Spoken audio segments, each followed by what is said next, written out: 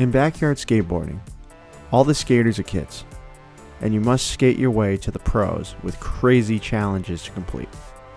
As one of the 10 backyard kids, or a junior version of the pro, Andy McDonald, you can skate in 3 different modes: the Play Now, the Free Skate, or the Tours. In each mode, you can perform a variety of tricks such as the ollie, the backside air, kick flip, and tons more. Plus, the different maps give the player some very cool environments to skate in. We have a boardwalk, a neighborhood, the rooftop, the medieval castle, and space itself. It's truly the greatest thing in the world, especially if you're a kid. So, as you embark on this skate tour journey, you find yourself placed in the middle of a neighborhood.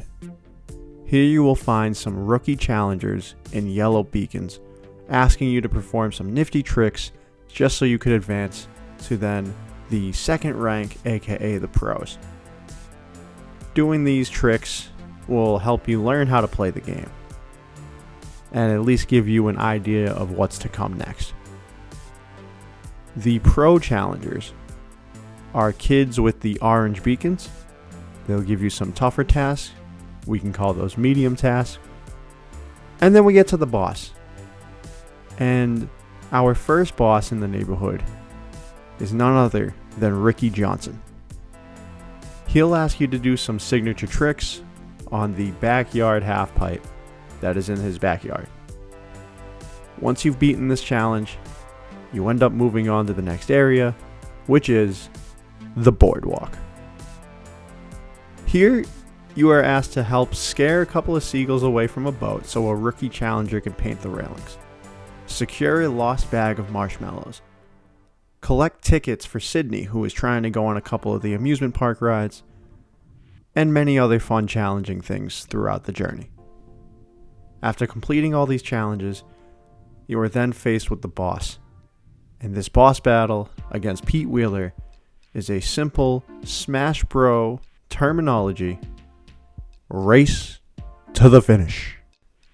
As you are on your way through the obstacle course, going through all of the checkpoints, you find yourself beating Pistol Pete. He then gives you the stamp of approval, and you move on to the rooftop. How fascinating. The rooftop has some pretty cool challenges. You get to go complete 8 radical tricks in a bowl, race against an RC car, also ollie so hard that you're basically raising some flags in the process. It's kind of wild, but they're mostly wacky and not the greatest of all challenges. It's nice to have, don't get me wrong, at least they have another section of the game so you don't beat the game within 15 minutes and say, "Mom, what do I do next?" You just gotta go about some of these challenges, and then you get to the boss battle against Reese, which is technically a boss, I guess, but he asks you to do some ollies on a TV dish over 4 antennas. And your reward for doing such a tedious and hard task, in quotation marks, the entire way, you get his mutant underpants shirt. How exciting. You pull off these amazing tricks and unlock skating sponsor number 3 and move on to the medieval castle, which is probably by far the coolest stage yet.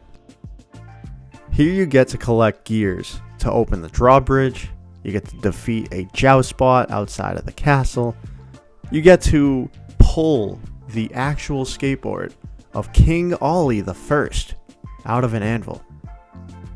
And if you're wondering what the name of this legendary skateboard is called, it's the legendary Excalibur. No, really, that's actually the name. Excalibur. I mean, I understand the theme, but like, really? So then, when you're finished up with all these challenges, Jocinda is waiting for you and basically is about to send you into the pit of hell, where you fight the Joustosaurus, as they say. You have to collect all 4 gems above the monster's head, and there's 4 different spots that the monster can pop out of, and whatever he pops out of, that's the gem you have to go get. It's kind of cool. I like the concept, but like, my god, it's like cringe and tacky, I guess. It's like weird. You collect all 4 gems, defeat the mighty beast, and then unlock the Skate Station Alpha, aka the luxury space theme park, is what they call it.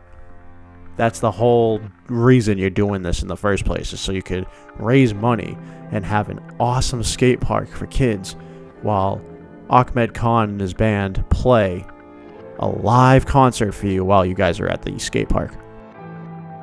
Okay, you know the drill by now. Rookie skaters, pro skaters, do the challenges, get to the final boss. But here, this is the craziest one of them all. You get old school Andy McDonald. He then asks you, when you talk to him, to grind up the trick line in one combo. Then he needs you to also do a long jump with a break the cardboard trick. And if you pull it off at the perfect time, then you beat the game and the concert starts. Once completed, you get Ahmed Khan and his band to start playing their totally tubular concert, and the game is finished. You did it. You won the big skate game of the entire world. It's amazing. You did it. And it's all thanks to Humongous Entertainment for putting together one of the greatest skate games in their library. One of the greatest sports games of all time. And if things didn't happen in 2006 and the company didn't go under, maybe we would have had a sequel to this timeless classic. This game meant so much to me as a kid. As a fan of the Backyard Sports Series, I remember rushing home to play every backyard game that I had, whether it was baseball, basketball, football, even this beautiful masterpiece of backyard skateboarding.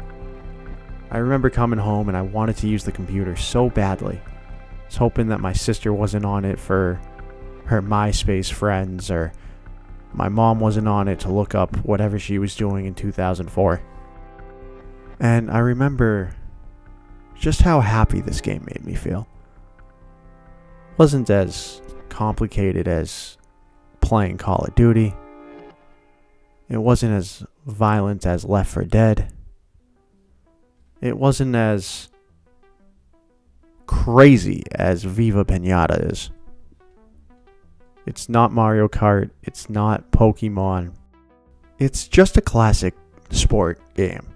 A classic skateboarding game. Something that you had to have played as a kid to understand why this was a all-time classic. Obviously, it wasn't backyard baseball. But of the games that Humongous Entertainment put out, this is by far one of my all-time favorite games. With that being said, sushi chop the subscribe button, and I'll see you in the next one. I appreciate you guys sitting here and listening to me talk about an all-time classic in the minds of JimmyJayShals. Thanks again. I'll see you in the next one.